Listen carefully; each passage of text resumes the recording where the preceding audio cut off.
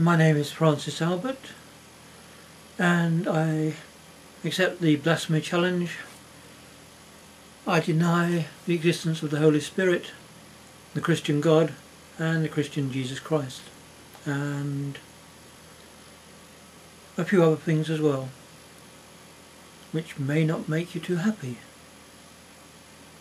Watch and find out. If you are a Christian, you are about to begin a fascinating journey. In the next 10 minutes, it will become clear to you that your belief in God is delusional.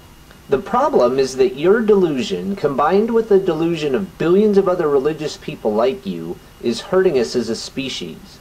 It does not matter if you are a fundamentalist Christian, a moderate Christian, or a casual Christian. You will be able to start healing your delusion. With each healing, we make our world a better place. How do we know that Christians are delusional? In this short video, we will look at the Mormons, the Muslims, and the Christians together, and it will be very easy for you to see the delusion of religion. How did that get there? Let's start with the Mormons, the Book of Mormon. Now here's the question. Do you believe Joe's story? If you are a normal, intelligent person, you do not believe this story. Of course you don't. But why not? Why is it so obvious to you that this story is a fairy tale? The story talks about the magical angel, the magical golden plates, the magical seer stones, the magical disappearance of the plates. These things are all imaginary as Jack's magical beanstalk. The entire story is make-believe, and we all know it. The dictionary defines delusion as a fixed false belief that is resistant to reason or confrontation with actual fact.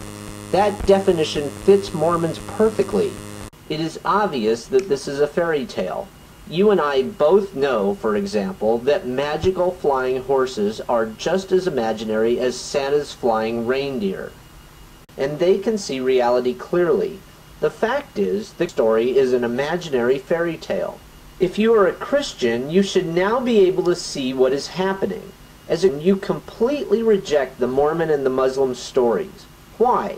Because they are fairy tales and everyone knows it. You know that every other religion is delusion. Now simply recognize the obvious is exactly the same. All the people inside the rational bubble are just as delusional. Every rational person can see that. You should also be able to see that there is only one sane position for an intelligent person to take in this diagram. By standing outside of all of these religious bubbles, you free yourself from delusion. Why do you need to heal your delusion? Because all of these religious bubbles harm us as a species. A planet full of delusional people is not healthy. The delusion of rationality makes you outrageously superstitious. Chances are you believe in the power of scientific study, scientific progress, and destroy our planet. And you're thinking about the future of our species, that he radically devalues human life. We routinely send soldiers into battle with the message that it's okay to die, and they also slow scientific progress. The list goes on and on. The delusion of rational thought forces you to discard rational thought in many parts of your life. Your irrationality hurts us all. My goal here is not to criticize you for your religious beliefs, but instead to help you recover from your delusion. The solution is straightforward. Simply think about your delusion. It will fall like a house of cards.